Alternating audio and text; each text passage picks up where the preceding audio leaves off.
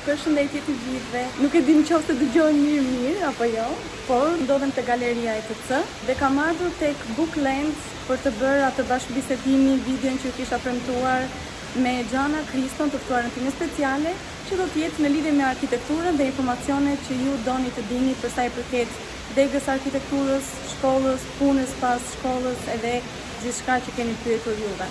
Tani do të futemi brenda dhe do ju tregoj ambientin e Bookland që të vini ta vizitoni dhe ju, sepse është një ambient shumë i bukur që mua më ka lënë pa fjalë. Wow.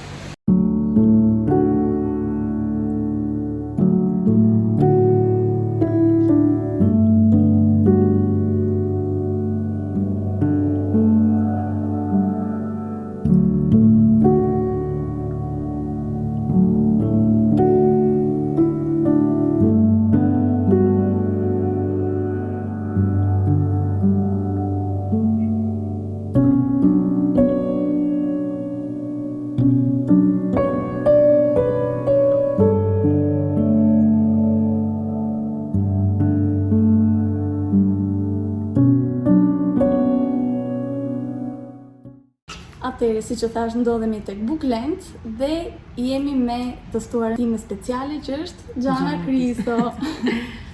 Xhana, përshëndeti ndjekësit e mi dhe prezantohu pak tani. Okej, unë jam Xhana Kristo. Jam arkitekte dhe punoj pranë Universitetit Polis si asistente pedagoge. Ndërkohë jam duke bërë doktoraturën në Universitetin Polis dhe në Universitetin e Ferraras. E morët vesh.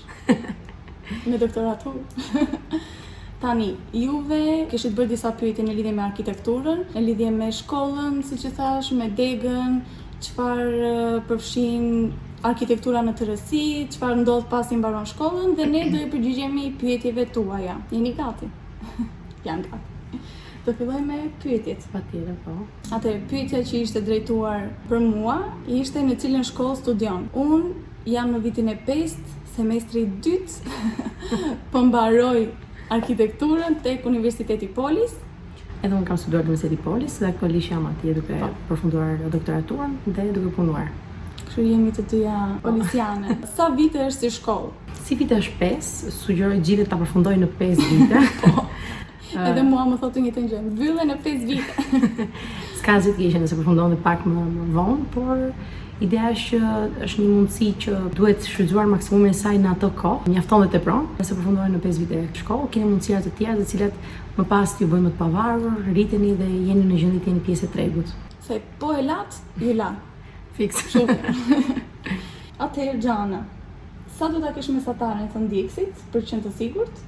Dhe a ka lidhje matematika me këtë degë? Të them të drejtën, nuk ka fare të bëj mesatarja, pra një student i cili mund të ketë qenë gjatë gjimnazit ekselent dhe një student i cili nuk ka qenë në performancën më të mirë të tij. Në momentin që futet në universitet tash më tepër kursjon arkitekturën, fillon nga zeroja dhe për këtë arsye një bazë duhet ta ketë, që të jetë një mesatar i mirë për të marrë për të futur në një universitet. Patjetër që po, kjo është shumë vërtet, por është ndihma që jepet një personi që është i përgatitur më mirë gjatë gjimnazit, e bën atë më të platformuar, pak më të lehtë gjatë viteve studimit.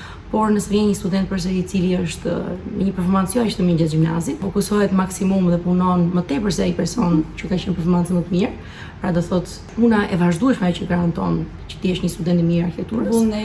Vullneti, patjetër që ngulur dhe adal. Pa diskutim, sepse motivi është ai që të mban gjallë, aq tepër në një ide kaq të vështirë që me orë të tëra do të punosh pafund. Dhe unë kam parë konkretisht të dyja versione, pra dhe nxënës perfekt duke patur universitare të shkëlqyer, nga gjimnazi, por dhe student i cili ka qenë me performancë jo aq të mirë. Në fund semestrit, kur njëri kishte dhënë gjithë fuqinë e tij, pra ai studenti që jo aq i mirë, le të them, në fund kishte projekt të shkëlqyer dhe ka pasur në të gjitha lëndët performancë shumë të mirë. Nëse ndryshe me një student i cili ndonë si 12 vite shkollë mjaftonin për të qenë profesionist, por nuk është e vërtetë. Ata që kanë mesataren shumë të mirë lodhen gjatë këtyre 12 viteve, edhe ulin pak ritmin pastaj. Edhe ndodh, se është kjo ideja e krimit një sigurie. Po, unë i di, ja dal. Ajo nuk është e vërtetë se për ditë ne mësojmë gjëra të reja dhe jemi në kështu në dyshim i aftësitë tona, edhe në sprovë, kështu që mendoj që është mesatar, nuk është mesatare, por është më tepër rezistente, durimi dhe përkushtimi ndaj çdo gjëje që ne bëjmë. Nëse ka të bëjë matematika, ka të bëjë të drejtën, sepse neve në fushën e arkitekturës bëjmë shumë përthurje midis inxhinierisë dhe arkitekturës parametrike. padyshim. Arkitektura parametrike që është shumë e rëndësishme, pra është mirë që ne për të qenë të gatshëm për të mësuar sa më shumë gjëra dhe në gjendje për të përgjigjur ndoshta edhe fushave të reja që mund na vinë më vonë, që duan bazë matematikore, më vonë do të jemi në gjendje që të përformojmë dhe ndoshta zbulojmë edhe një deg tjetër të arkitekturës, si shumë arkitekturë parametrike që mund të jetë ajo që ne na pëlqen të bëjmë në fund të jetës tonë. Por se ndoshta ndjekësit kanë këtë që duhet të jem shumë i mirë në matematikë që të futem për arkitekturë? Jo, duhet të ketë një bazë, pra minimumi një bazë mesatare e mirë do e quaj. Gjatë viteve tuaja universitare mos të jetë e pamundur rikuperimi atyre dijeve të mëparshme. Tani që duhet matematika duhet se ti do llogaritësh dimensione, do llogaritësh sipërfaqen. Po s'pate matematikën, na i rrëzove Pa diskutim. Matematika duhet të përgjigjësim më tepër edhe për jo për të degët që thamë inxhinierike, arkitekturën, informacione më detaj, po duhet sepse në fund arkitektura ka pjesë matematikore, pra të logjikë matematikore që ne përdorim gjithë kohës. Të zgjidhur në një sipërfaqe shumë të vogël, versione të ndryshme mbi mobilimin apo dhe nuk është matematika vetëm me shifra, është edhe matematika me figura gjeometrike. Tjetër. Si ti ndërlidhni. Po, patjetër është gjeometria deskriptive, ka shumë fusha që janë. Ka shumë fusha që lidhen brenda. Pra, se një arkitekt nuk është asgjë më tepër se një intelektual, në fundi që kjo është i formuar apo një njeri më saktë i formuar në të gjitha fushat të shoqërisë. Kështu që mësojeni matematikën ta keni për veten tuaj. Çfarë ju shtyu juve të zgjidhni arkitekturën? Po, pyetje shumë e vështirë. Vazhdotinje, pastaj. Të thënë drejtën, unë kam jetuar në Greqi dhe jam rritur lindur atje. Pjesa e një qyteti që zhvilloi dhe modifikohej për ditë që është shumë e rëndësishme dhe padyshim që ka impakt shumë të madh dhe fakti që në moshë shumë të vogël shikoj këtë diferencë midis Shqipërisë, e cila ishte gjithmonë në zhvillim dhe në rritje. Pra shkoj këtë ekstremiteti midis dy qyteteve, pra të Athinës dhe Tiranës ose Durrësit për shkakun që ishin më në kontakt dhe shkoj dy ekstremitete, pra një qytet perfekt, në drejtë një qytet i cili ishte i përfunduar, pra kishte çdo gjë pjesën urbanistike, zhvillimit, ndërsa Tirana kishte shumë probleme, ose kishte mangësi. Pra patjetër është në pjesën proces zhvillimi akoma, por kishte këtë pjesën e dy ekstremeve, dhe më ka ndikuar shumë le të them drejtën. Por që të më ketë frymëzuar për të bërë arkitekte, ka qenë patjetër që po udhëtimet që kam si kujtim të mia gjatë adoleshencës në Europë, duke vizituar për shembull që më shumë të vogël muze, shumë të rëndësishme, se haro asnjë atë udhëtimin që kam moshë gati 5 vjeçare, 5 apo 6 vjeçare në Paris për shembull, që shikoj për shembull herë pas më parë Mona Lisën. Dhe ai ishte ndikim shumë i arti, pra ishte prezent gjithë kohës. Ishte duket hera parë që shfaqej Mona Lisa në Louvre, as në një farë kohë më bëshë një restaurim, nuk kam shumë e saktë, po më mend që kam qenë sipër shpallur të klimatit dhe shikoj në sfond këtë moment që ishte çarçafi për të zbuluar Mona Lisa. Domethënë pe si moment që shumë të fortë dhe më mend që ka qenë fotograf, turist pafund që fotografoni dhe shikoj të në flash, po, edhe mua në atë moment hapësira më ka mahnitur, sepse ishte salla gjigande, një pikturë të cilës po kuptoja pse, edhe pastaj më mend që ka ndikuar shumë rrugtimi për muzeun e Louvrit, qytetin, Roma me Roma ka qenë ndikim shumë i madh. Ndjekësit e mi, në diventim për Roma. Ndikim shumë të madh në drejtën. Athina dhe për diskutim Akropolin. Po. Në fakt atë do thoja që të kesh lindur dhe të jesh rritur në Athinë, duke parë gjithmonë Akropolin, normalisht që do ndikohesh që të vazhdosh arkitekturën. Shumë ndikim i madh. Dhe patjetër ka edhe Shqipëria rolin e saj, sidomos në pjesën e themin të ndryshimit të qyteteve, që ajo ka të bëjë shumë se fundit ne për të bërë një arkitekt ka një motiv për të përmirësuar diçka, kështu si dëshirë shpëtimtare për të qenë pjesë e profesionit. Dhe duke parë që Shqipëria kishte mundësi ndryshimi për të përmirësuar edhe rregullimin, kam thënë që okay, duhet të kemi një dorë aty brenda.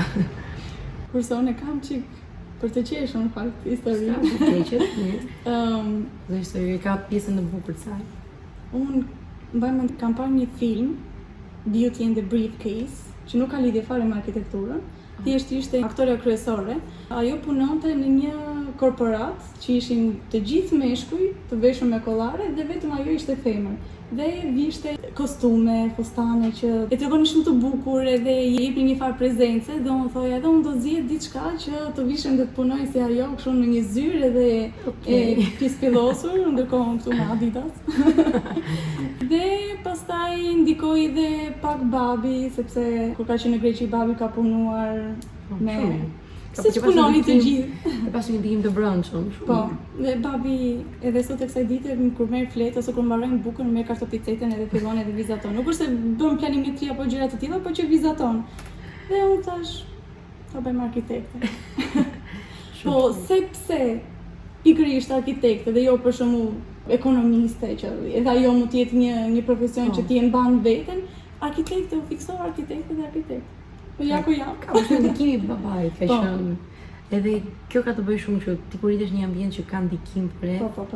E quan si një motiv për të treguar ose për ndarë ide më saktë. Plus që kam edhe atë dëshirën që dua t'ju krijoj njerëzve ambient që të ndihen sa më në shtëpi, si më të shumë. Mirë. Ajo është feeling home, po tjetër. Këto ishin arsyet tona pse ne kemi zgjedhur arkitekturën. Është e vështirë dhe e lodhshme si deg. Wow. Të merr si shumë da thoja. Është pafund e vështirë. Gjana jo thot pak më but. Është dekje. Është shumë e vështirë në fakt. Lodhshme. Ti je arkitekt ose më saktë ti student arkitekture, se ka një diferencë goxha të dukshme midis student dhe arkitekt. Student arkitekture do thotë që ti të sprovosh veten në çdo limit. Mbi energjinë, fuqinë, shëndetin, gjumin. Gjumi është fjalë e haruar, do të thënë fjalorin tonë, por kush është gjumi? Unë mendoj që nuk është e vështirë, thjesht është pak e ngarkuar. Nuk është se është shumë e vështirë sa të më thuash që s'ja dal dot edhe nuk e bëj dot. Bëhet, nuk është pamundur, asgjë s'është pamundur. Vetëm ka ngarkesë dhe është pak e lodhshme. Po sakrifica. Pra, padyshim sa herë për shkakun që vit të parë pa gjumë gjithë sa herë pa gjumë dhe kolegët shumë të bashkëpunëtarë që kam qenë në gjimnazin ishin në një jetë shumë më të qetë. Dhe më bënte përshtypje që unë problemi me menaxhimin të kohës time, ishin ata më vetë që nuk ishin graduar, kishin stakuar trurin edhe që nuk ishin të interesuar për jo, nuk është ashtu. Ata ishin super të interesuar, por është arkitektura që do kohë, kalon 24 orëshin, pra është një energji e cila nuk kreshte dhe nuk do ndalet asnjë. Mendoj që arkitekti mendon dhe kur fle mbi arkitekturën, edhe kur diskuton. Kur i kasit mbyll. Kanë ata njerëz që nuk ju vjen frymëzimi duke punuar, po duke ndenjur ose duke fjetur. Ose kur ngrihen në mëngjes dhe rin aty në telefon. Është e vështirë, shumë e vështirë. Unë mbaj mend kur punoja makete çaja nga Inati, se doja të ndigja perfekte. Si vigjeresh. Edhe këtej çaja dhe këtej punoja që i prisi ato me bisturi. Kanë, se ka përkushtimin pra me punën që do të punosh me mjete të vështira, pra me bisturi e me radhë, do ta kthish, do të jesh pjesën teorike. Dhe jemi prerë me ato bisturi. Nuk është disa aksidente më kanë ndodhur gjatë durimit të mjeteve. Shumë i rrezikshëm. Kujdesni. Po, është shumë e vështirë dhe fakti se duhet të mësosh programe kompjuterike, duhet të jesh i përgatitur. Programet janë shumë të rëndësishme. Shumë të rëndësishme.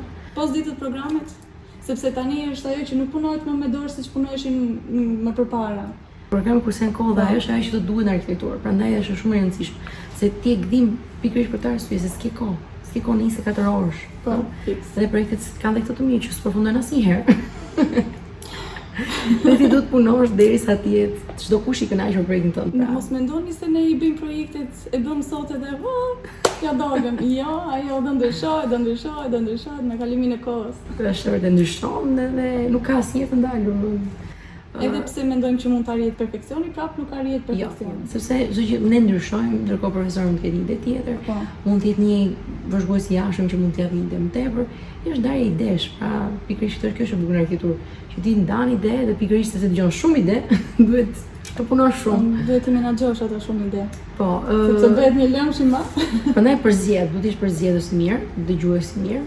Arkitektura është e vështirë për një arsye tjetër, sepse ti kur përshtatesh me këtë pjesën e kohës do punosh me njerëz në grup, edhe duhet të zgjedhësh grupin tënd që të ndërtosh, pa të dish të punosh me ta. Dhe duhet të dish të besosh tek të tjerët. Tjetër.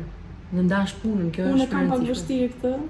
Më mirë ta bëj vetë gabim se sa të ma bëj dikush tjetër, por që mëson. Në këto 5 vite shkollë do punosh në grup sa do plasësh. Punon shumë në grup në fakt, edhe ka një arsye tjetër që është vështirë mendoj, është e fakti që mund ndodhin shumë aksidente, si thamë një ato tjetë kompjuteri. Kam një histori unë që... është goxha e vështirë që ti duhet përballesh edhe me këto probleme që janë papritura dhe mos harro me këtë tjetër që gjithmonë bani një hard disk me vete. Gjithmonë. Ose punimet që bëni dërgojeni me email vetes tuaj. E sugjerojmë këtë për mos një email vetes është zgjidhje se ke kudo me vete. Po edhe një gjë tjetër që ka është për marron është përsëri e vështirë, sepse ti duhet të përshtatesh me pjesën e klientit. Pra jo vetëm studimi, si mendoj se nuk e di se si do i përballo klientit. Nuk e di nëse të ndos ty, po mund në muhabet me shoqërinë ose timen ose të prindërve të mi dhe thonë unë e mora arkitektin, po e bëra të gjithë projektin vetë. Unë nuk duroj dot kështu. Po, kush është klient potencial për mua? Nuk e di për Xhane, po mos majdeni fare, po të thoni që ta bëj unë. Ja, klienti ka gjithmonë dëshirën për të qenë më prezent në projekt. Do të jemi shumë dakord që patjetër të shpjegoj ai, kështu fundja do të jetë një diskutim i gjatë dhe komunikim edhe duhet të besoj edhe arkitektit se në fundit për atë punë e merr sepse ka disa njohuri më shumë se sa ata që janë klientë, domethënë. Shumë e vërtetë kur sidomos kur punon ti të paga shumë ti bindesh sa herë çdo klienti që kjo është shumë e rëndësishme më mirë. Ka një diskutim i cili thotë që a do të jesh agresive me klientin, jo as pak. Në klienti shumë pozitiv, më di të tregoj që nëse më jep një herë mundësinë të tregoj vërtet se mundem dhe ma jep atë mundësi duke më besuar. Pastaj është një marrëdhënie e shkëlqyer, do të është një besim me sy mbyllur që vazhdon të bie mundësi të krijosh e të realizosh gjëra. Kalove nga agresiviteti, pastaj më mirë lëre fare dhe ik. Pikërisht. Fundja jemi qenë të cilat duhet të përballemi me shumë situata, nga terreni, kantier, me klientin, me pjesën burokratike dhe pastaj patjetër që po pjesën krijuese, që është ajo shumë vështirësi për vete. Por të gjitha këto gjëra do bashkëveprojnë nëse ne jemi të qetë. Dhe prandaj them shpesh nëse ti në stres ose punon në presion, ndoshta mund të bësh gabime të pa menaxhuara. Dhe pse ta mbasësh ndërkohë që ke shumë më shumë potenciale. Bajni mend këto këshilla që po i japim, se s'do ju vinë më. A jeni penduar që keni zgjedhur arkitekturën? Jo, as pak të drejtën, arkitektura mendoj që është ndoshta vërtet dega që më përshtatesh mua. Është shumë e vështirë, pikërisht është shumë vështirë ti ke atë ambicien ta përfundosh dhe të çosh deri në fund. Sidomos mendoj që arkitektura është për njerëz që kanë shumë ambicie mbi të përfunduar të gjëra. Se ka njerëz që lejnë në gjysmë, ne kemi patur koleg bashkëmoshatar që deri në vitin e dytë apo vitin e tretë e kanë lënë arkitekturën dhe kanë ndruar deg. Po, sepse kjo tregon që edhe ndoshta kanë qenë të imponuar për atë deg. Këtu në Shqipëri ndodh kjo që më tha mami me babin bëu arkitektë, bëu mjeke. Nuk duhet, do të jeni shumë më të qetë të zitja juaj të vërtet kështu si një mundësi për të mësuar. Edhe në mos nuk kesh profesionin final që ju do bëni në jetë. Pra ta zonë ti mund në arkitekt të kesh shumë drejtime të tjera në pas. Në fusha të caktuara dhe kuptoni që është baza për të nxjerrë në jetë, pra ti ditë komunikosh, ditë prezantosh, sepse mëson të merrësi shumë edhe një rëndësi do shaqëruar horizont, të hap shumë deg, domethënë nuk je vetëm arkitekt, je filozof, po, je sociolog, është pjesë e bindjes, se do ta bindesh në këtë, është komunikues i mirë. Duhet të dish të argumentosh, të na servisin shumë në profesorët. Po, pse? Jo, është argumentimi që duhet të bindesh plotësisht atë që ke bërë. Po mos harrojmë që nuk pendohemi vetëm për një arsye tjetër, sepse gjithë këto vite mund lodhi gdhiri janë pjesë të son. Dhe në fundit këto vite janë ato që na kanë bërë këta që jemi sot. Dhe bëhet diskutim me ata që do jemi dhënë vite më vonë me radhë. Plus si ne jemi ardhmja. Pa diskutim, të gjithë jemi. Dhe ndoshta të këtyre kolegë që kanë kuriozitet të dinë mbi arkitekturën dhe ndoshta nuk e zgjedhin, kam parasysh që është një gjë që i ndjeki gjithë kohës. Çfarë do lloj ëndri të kenë, nëse e ndjekin dhe pastaj bëjnë pjesë të jetës së tyre, kanë përshtypjen që do kenë sukses. Kjo është ajo ambicia që bën sukses me diçka. Dhe pa diskutime dhe punë e pareshtur. Punë e pareshtur të bën ajo që të mendosh që nuk është se ishte një kështu gabim apo ja ka vlerëtur mundi edhe gjithë ajo që bëra. Kur studion, ti ke disa momente që mund të përvërtetosh ai në gjendje të kesh sukses për atë gjë. Apo ja vlen kjo gjë që ti po bën, për shembull nëpërmjet konkurseve, nëpërmjet projekteve që mund të konkurosh brenda pra momentin që ti je brenda një lëndë të caktuar dhe për shembull ke një konkurs brenda universitetit. Që të dalësh Nëse ti performon dalësh dhe punon mjaftueshëm, ajo të jep shumë motivim edhe të përkrah për të vazhduar. Edhe aty kupton që ja vlen, që A të ka ardhur ndonjëherë më ajtundët shkolla, jo arkitektura, shkolla. shkolla. Besoj kujdo. Po, 5 vite. 5 vite rjesht. Këse domos kur shikon njerë studentë të tjerë që kanë përfunduar, Që janë mosha tonë Mosha edhe jote me dhe- 3 vjetë 3 vjetë kanë përfunduar. Dhe ta kanë vështirësi tjerë sepse dalin në punë, pa diskutim. më përpara se ne. Edhe përballen me vërtet me maturinë me plot. Me Është edhe realitetin. Po, që do të jenë përgjigjen nëse është shumë situatave të caktuar, por mos harroni që është një privilegj i cili dhe na pengon për të vazhduar direkt për të dalë të qenë pavarur. Mendoj që momenti vetëm që të bën të ish enough is enough, Po, është ai që kur vjen vera për shembull, ku e mos tash në vit të katërt, nuk më mjaftoi energjia që kisha investuar gjatë gjithë vitit, por doja që në verë të merra pjesë në shumë workshope. Unë të kem thënë gjatë gjithë verës, kam qenë në udhëtime në Europë, kem marrë pjesë, unë kam luftuar edhe puna ishte më përpara sepse aplikova për bursa, që ti fitoja, duhet plotësoja dokumenta pafund. Edhe mas i mora ato, angarire. ishte një energji, ok, tani dua ti realizoj. Dhe kur më mend për ditëlindjen time kanë qenë kështu, pse? Mund të isha Ja thjesht bëri duke dhurat vetes për ditëlindjen Po, ato workshope. duke gdhirë, duke gdhirë, thash, ja, çfarë do të kisha bërë workshopin.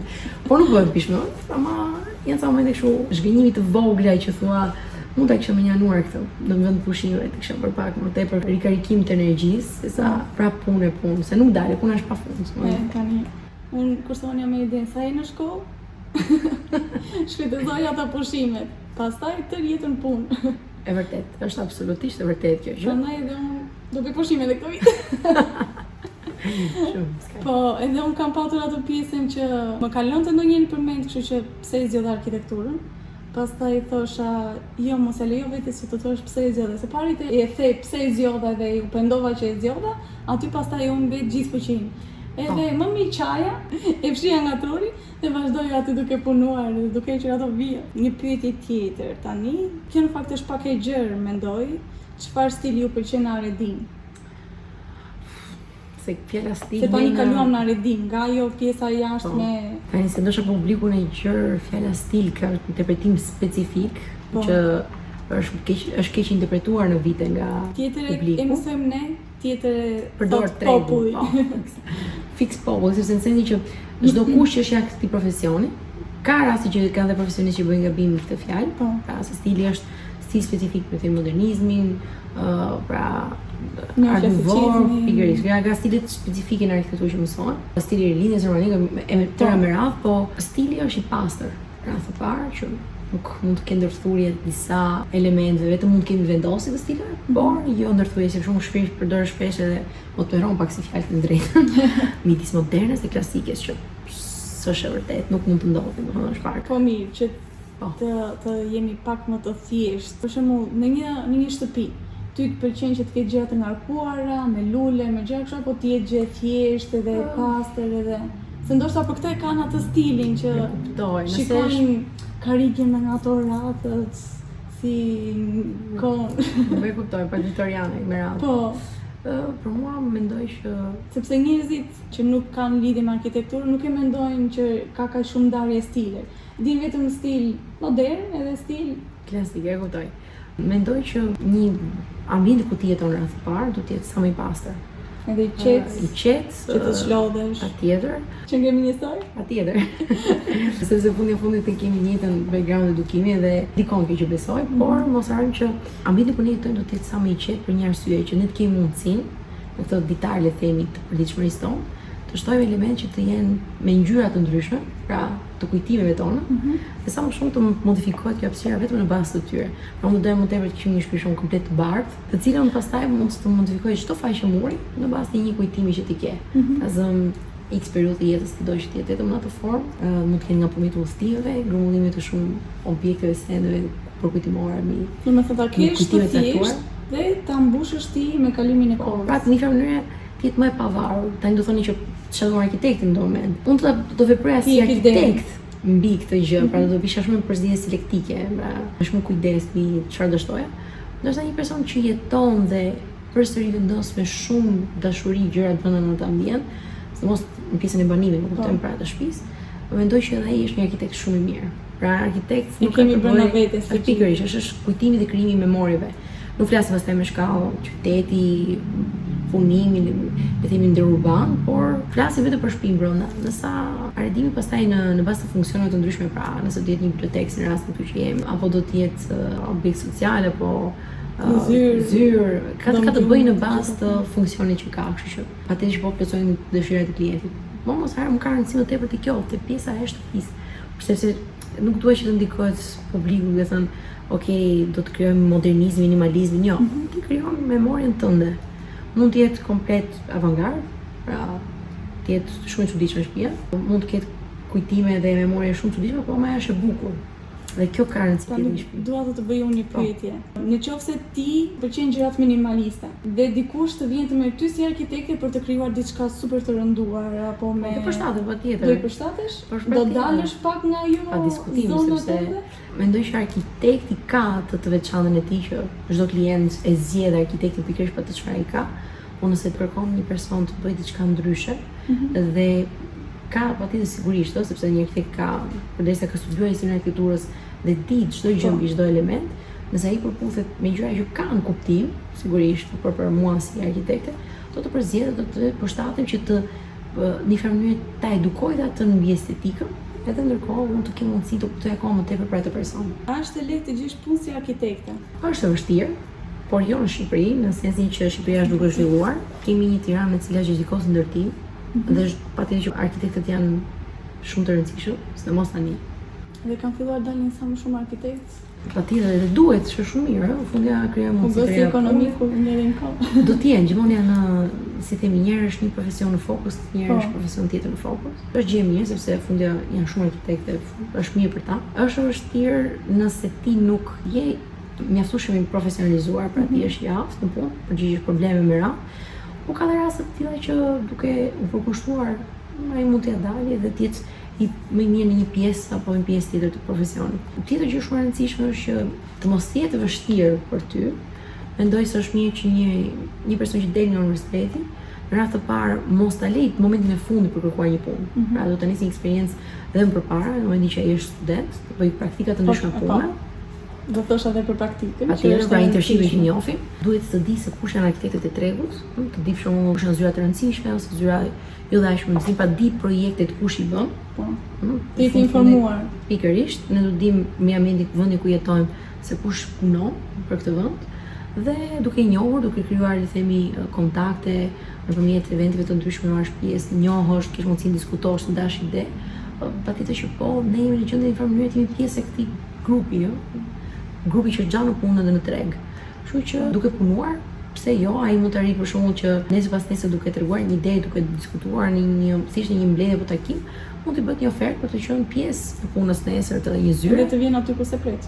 Patjetër, mund të mësosh gjëra për një familje të thashë theme në profesionin, që kush është një zyre e mirë, kush nuk është, se secila ka diferencat e veta, dhe ti në mënyrë që jo vetëm gjen një punë, po gjen një punë që të vërtetë pëlqen apo të përputhet mbi atë çfarë ti kërkon kur dalësh në treg. Po. Unë mbaj mend kur kam zgjedhur arkitekturën, kur isha maturante, të gjithë më thoshin, nuk të gjesh dot punë kur të mbarosh, ja shikoj janë gjithë ata arkitektë që janë pa punë. Jo, edhe unë i thosha gjithmonë, se di se çfarë do ndodh për 5 vite. Shumë e saktë që thua, se nuk është diçka që ka nuk është formulë fikse, që nuk ka formulë fikse për këtë gjë. Plus që ne përderisa shtohet popullsia, patjetër do shtohet arkitektura. Do shtohen banesat të parat. Minimumi, do të rregullohen ato të kaluarës, do përmirësohen, zhvillimi kultura do të jetë gjithmonë pjesë dhe minimumi një projekt të gjithë ta bëjmë. Nuk është se do gjesh në punë, do jam pak shumë pesimiste. Nuk duhet të demoralizohemi, sepse fundi e tham edhe një herë, profesion si arkitekt do thotë që ti je shumë i gjerë. Të punosh me një kompani teknike, me një kompani krijuese, prodhuese, ndërtuese, pra shumë e gjerë. Me duke qenë sa më e gjerë, ai shumë mundësi pune. Ja vlen të bëhesh asistente ose pedagoge pasi mbaron shkollën. Është shumë pyetje e bukur. Fakt më ka ardhur shumë kështu si rezultat në sakt i punës që ka bërë si studente, pra kishte qenë me performancë shumë të mirë. Nuk është se ti e kishe si qëllim domethënë që të futesh. Nuk besoj se ka dikush që thotë do bëjmë as për se pedagog. Okej, mund të kenë njerëz që do bëjmë pedagogë. Jo më mirë, patjetër që po, edhe me shumë qejf, sepse është gjë shumë e bukur. Them drejtën, ajo ose mos kënaqësia e një ti dukosh brezat që patjetër dhe ndjen që në momentin që ti ke për të parë për të konsultuar një student dhe të vjen profesori duke thënë të njëjtën koment që ti sapo kishe dhënë një studenti dhe ndjem veten krenar. Patjetër që po, dhe është më tepër kur një student thotë që sa po ma tha shumë profesoresha, po profesori asistent ose në këtë rast pak më parë. Aty është një aprovim të asaj dijes që ti ke, se fundja ti tregon metodologjinë e të punuarit dhe ndihesh pothuajse le të themi i aftë për të përcjellë dijen. Parimi i kryesor që më ka qenë që të lehtësoj atë punën e studentëve që çfarë kam mësuar gjatë viteve, pastaj të ata kemë të thjeshtë që mos të mbasin kohë, se kjo është më e rëndësishme. Dhe pastaj ndërkohë të kemë mundësinë që të eksplorojnë, të mësojnë, qoftë dhe në duke ushtrirë për të përgatitur përpara se dalë në treg. Unë sugjoj që të mund çfarë duhet të bëjmë, për shembull gjatë vitit të 3, vitit të 4, të me radhë, përveç shkollës sigurisht, ose gjatë pushimeve që dihen pak më të lirë, sepse dua t'i bëj në një farë mënyrë të kuptojnë që si do të jetë më e mira për ta. Unë kam përkushtuar gjatë gjithë kohës, në pjesës sa kam qenë studente gjithë energjinë time për të mësuar. Patjetër kam bërë dhe jashtë universitetit gjërat për shembull në workshopet apo konkurse, projekte të ndryshme me radhë. Dhe kjo më bëri që të kuptoj që si mundësi që mu dha, jo vetëm që isha në gjendje ta përshtasja vetëm, por edhe të gjeja diçka që më pëlqente me të. Dhe ndërkohë ta quaj si një eksperiencë shumë të mirë. Fundja ne përderisa jemi aty, se shpesh më thënë studentë që po mirë, pse ma thua kështu, ta bëj projekt, pse më thua ashtu. Unë do t'jap mendimin tim, ti do të gjesh më mirë ai. Kur jemi student themi, po tani këtë na thon të bëjmë idën tonë, këtë na i ndryshon. Është gjithmonë kjo. Është pjesë e procesit kjo, domethënë që ti punon dhe në fundi pastaj zgjedh që do bëj si thot një person apo tjetër apo diçka mbi atë që unë kam bazë ta modifikoj në bazë kësaj. Ama edhe në qoftë se ti pranon që të bësh idenë që të jetë profesori, duhet të dish edhe ta menaxhosh vetë, sepse nuk je në kokën e profesorit që të dish se si do vazhdoj ky projekt dhe kjo ide. Ti japësh një ide ose profesori të jap një ide tjetër, edhe pastaj ndryshe ti e përfituron, ndryshe realizon, ndryshe unë shoh punën që ke bërë, sepse nuk është 100% çfarë është menduar që në fillim. Edhe më pas inshallah ndryshoj idenë time. Arkitektura është diçka si më thënë një ëmbëlsirë mirë që ti në fund mundohesh gjithkohës të ketë recepturën më të saktë. Po. Dhe duke mund dalin raste të caktuara që del formulë tjetër dhe ndel lloj tjetër ëmbëlsire, pra është si çdo gjë tjetër që bëjmë në jetë, që gjithkohës përmirësohen, modifikohen, ndryshojnë gjërat dhe kjo është pjesë që ne mësojmë gjatë kohës që jemi studentë, të përshtatemi dhe këtë dua të thonë që mund të mësoj studentëve. Të jenë në gjendje të përshtaten dhe gjithkohës të mësojnë gjërat jo me formula të prera. Se mund të dalë për shumë nëse një rregullore që tani bëj pak më teknike, po që modifikon komplet zonën me një hapësirë të caktuar në një qytet. Dhe ti do të përshtatesh, duket si objekti jot më nuk i përshtatet atij vendi, kështu që ti do të jesh në gjendje ta modifikosh atë pastaj, apo të bësh një objekt tjetër ngjitur që ti përshtatet akoma më tepër. Kështu që detyrimisht ne ndryshojmë. Mua më pëlqen shumë kjo gjë që bëj, pra ti jam pjesë e mosmendonjes. Po. Edhe konsideroj që është edhe një çik me të dhënë. Jo me të thënë. Është punë, pra unë do të përshtasja shumë element mbi karakterin tim. Pjesa që ti prezanton, që je gjithkohës në komunikim me studentët, që mund të kesh me qindra studentë për ditë.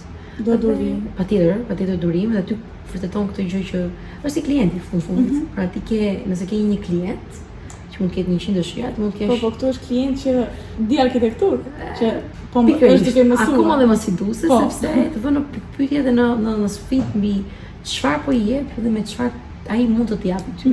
Dhe kjo është shumë e bukur se ti mëson, është kënaqësi e paimagjinueshme, mos kur dalin projekte të mira për shembull që thuaj që okay, kam qenë dhënë pjesë i këtij procesi, as është punë e përbashkët. Ndihesh i krenar për studentin që ke përpara. Edhe ndjen që ai po të kupton dhe ke mundësi në fund të krijosh një marrëdhënie unë për shembull e krijoj marrëdhënie sikur është koleg.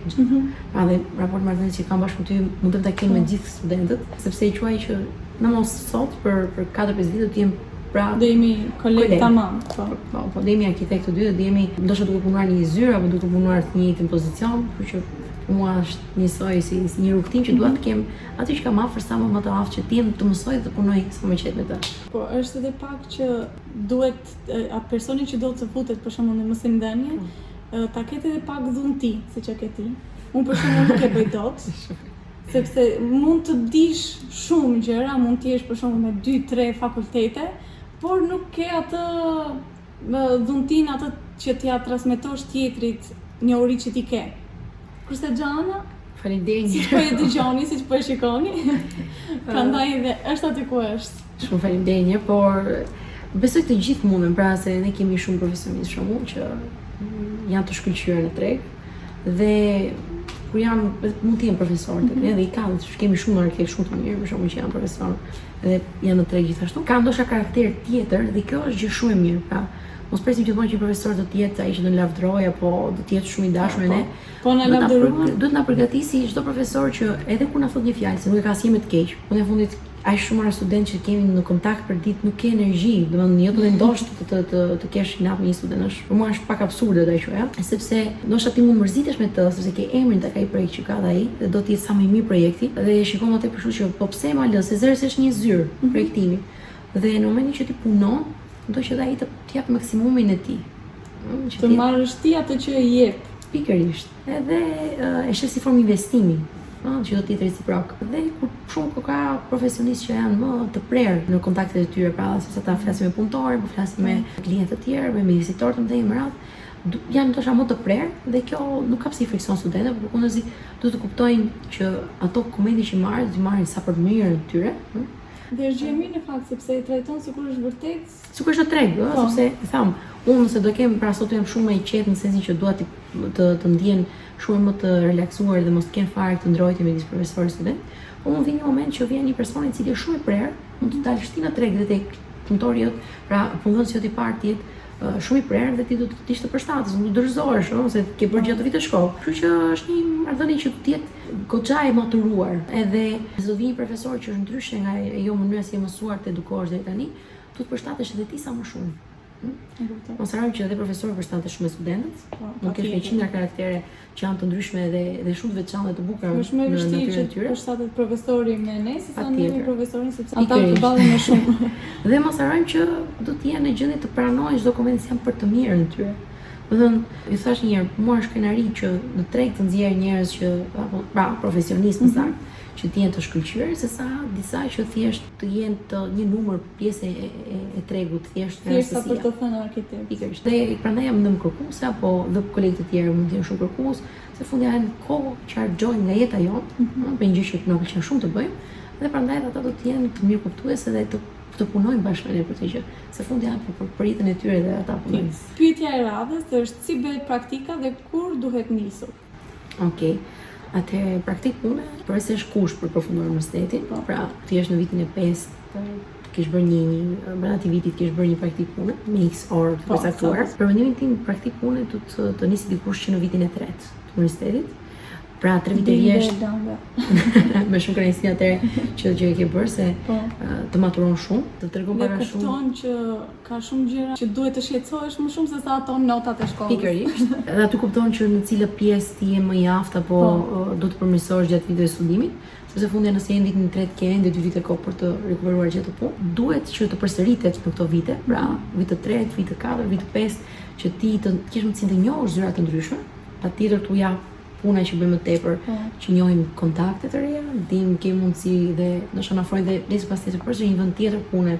Mësohesh me ato frymën e punës që në moshë pak shumë të re, sepse për kolegët e tjerë shumë që bashkëpunëtarët e tjerë mund të jetë realiteti i tyre sepse me 3 vite mbarojnë shkollën, po për një arkitekt i cili është mësuar i vetëm atë rutinë, nuk e punuar në shkollë dhe duke thyer projekte shkolle, konsulton, të bën të kthehesh pak në realitet, dhe projektet tuaja janë më konkrete, janë më të prekshme dhe ky është qëllimi që pak në mesi tuti, në vitin 3, 4, 5 edhe mënyrat e universitetit për të edukuar studentin janë që të sjellë klient konkret dhe fillova pak më herët, po bëhet më e dukshme në vitin 3, vit 4, vit 5. Ndoshta edhe kur shkon në diplomë ti përsëri gjen një klient i cili ndoshta mund të jetë nga praktikave të punës, apo mund të jetë një projekt të cilin ti ke menduar gjatë praktikës së punës. Pra mendoj që është një bashkëpunim midis viteve tuaja universitetit dhe praktikave të punës. Duhet që nëse do ishte më mira, jo vetëm në Shqipëri, ndoshta për shkak të situatës që jemi, mund të jetë pak më vështirë, po nëse do jetë një mundësi për dikë të ketë një eksperiencë jashtë apo brenda vendit, akoma do më mirë për këtë. Do të shikoj që ndryshon natyra e sjelljeve, janë pak më, do thoya, më sfiduese, sidomos kur je jashtë, sepse duhet të më i përgjegjshëm për të përballur me gjuhën nëse rast është problem. Kështu që viti i tretë është Vit tretë dhe përsëritet në mënyrë periodike. sa vite punë duhen për të marrë licencën e arkitekturës për projektim? Se kemi dëgjuar 2, kemi dëgjuar janë 3 vite, pra nga ana ligjore janë 3 vite, të cilat do të kesh bërë projekte të ndryshme, projekte të cilat mund të jenë janë si kritere që duhet të plotësosh, domethënë. mund të gjende kollaj, pra tek Albania i gjen shumë kollaj për këto kriteret që ekzistojnë. Duhet patjetër të marrë diplomë. Domethënë, çfarë bëjmë neve gjatë kohës që jemi në shkollë nuk futet fare në vitet që duhet të marrim. Janë mbasi marrë universitetin, mbasi më japë kartonin afshëm me Se mund të mendoni, kam një vit unë nga viti 4 deri në vitin e 5 që bëj. Jo, që mund të punoj, por shërbejnë nuk- si CV, pra mund të shërbejnë në kriteret e komisionit që vlerëson, por janë vetëm ato 3 vite eksperiencë. Edhe pastaj mund të aplikoj kollaj dhe ti e merr. Sigurisht është komisioni që vendos, edhe me shumë të drejtë, pastaj ti ke një mënyrë më të sigurt, pra ke një pavarësi përsëri në pjesën e punës. Dhe ndërkohë, Ama përgjegjësia rritet sepse ti Patjetër. do kesh mundësi që të bësh. sa do thoya këtë, sepse ti në momentin që rritet përgjegjësia, edhe pjesë e grupit futesh më shumë përgjegjësi në një zyrë, nëse ke licencë, thon edhe më tepër integrohesh në shumë punë tjetër, sepse shtohen pastaj pikët si me pikë me kuota, pra kur merr licencën, mund të shtohen nga viti në vit. Kjo rinovohet pastaj mas të vitit pa kalon 5 vjet. Edhe plotësohen, pra periodikisht mund të shtosh edhe këto pikët që ka licenca vet. Tani kjo është pak pyetje treku. Sa llogaritet metri katror në interier dhe në projektim? Është pak kështu Nuk është e përgjithshme. përcaktuar, domethënë, Ka çmime që përdorin luhatën, po është në varësi gjithmonë të nuk është fikse. kohës që ti bën një projekt, në varësi të çfarë objekti është, kush është klienti, patjetër që po. Çfarë kërkon të bëj projekt, në projekt brenda klientit, sa i madh është projekti, pra ndryshojnë dhe modifikohen dhe varet edhe nga pjesë që ti do të bësh. Pra mund të flas me orë të tëra, ka shumë versione të ndryshme, shkon në rreth themi 20 euro minimumi një projekte. Ka pastaj që janë shumë të mëdha, ulet atëherë akoma më shumë koste, pra flasim 20 metri katror, por Ndryshon edhe Ndryshon, shumë vetëm projekt ose edhe zbatim. po, Kur çfarë flet lloj për materialesh, çfarë lloj ndërtimi, çdo gjë ndryshon, nuk ka gjë fikse. Atëherë, këto ishin të gjitha pyetjet që ju na kishit bërë ne, mua dhe Gjanës. Në qoftë se keni ndonjë gjë tjetër për të thënë Gjana, ndonjë këshill për personat që duan të ndjekin arkitekturën, Mendoj se të marrin pjesë në aktivitete të ndryshme edhe para se fillojnë në universitetin, për të kuptuar vërtet a i pëlqen apo jo, për shembull të marrin pjesë në duke vizituar qytetin, për kurse të ndryshme, edhe se nuk është detyrimisht shumë e rëndësishme për të studiuar arkitekturën, pra të dish të vizatosh, por të jenë në gjendje që të përfshihen aktivitete të ndryshme, që lidhen me qytetin, që mund të kenë të bëjnë më tepër me krijimin, pjesën artistike apo përgjithësi me gjërat krijuese. Në përgjithësi, ju them, do keni mundësinë që gjatë viteve të universitetit të krijoni të mësoni gjëra të reja. Kështu që do sfidoheni në bazë të kush jeni, do sfidoheni në bazë të çfarë dihesh keni, dhe që mund të jeni punë gjatë gjithë jetës, do thoya, sepse profesioni i të ndjek, të ndjek. dhe është si profesioni i mjekut që është në zhvillim gjatë gjithë viteve, gjatë gjithë jetës. Kështu që do duhet të dini gjëra të reja, të merrni pjesë në aktivitete, konferenca ose në workshop, leksione që të dini për kë punoni dhe për çfarë do të studioni. Dhe sa e doni vetë, sa mund ta përballoni vetë këtë lloj profesioni. Shumë e vërtetë, vënd është një profesion që do të dashurosh që të punosh për të. Edhe aq më tepër kur ke vite të reja që do të punosh, do të gjesh një motiv për të dashuruar akoma më tepër për ditë. Këto ishin të gjitha informacionet që mund të merrnit, mund të thithnit nga ne të dyja, më shumë nga Xhana. Në qoftë se keni gjëra të tjera që doni të dini në lidhje me arkitekturë dhe në qoftë se doni ta shikoni përsëri Xhanën në kanalin tim, mund të shkruani siç e dini poshtë në komente. Mos harroni të bëni subscribe, like, share, çfarë të doni. Dhe po e mbyllim me kaq. Faleminderit Xhana që ishe pjesë e kanalit. Faleminderit pafund. Bye. Mirupafshim.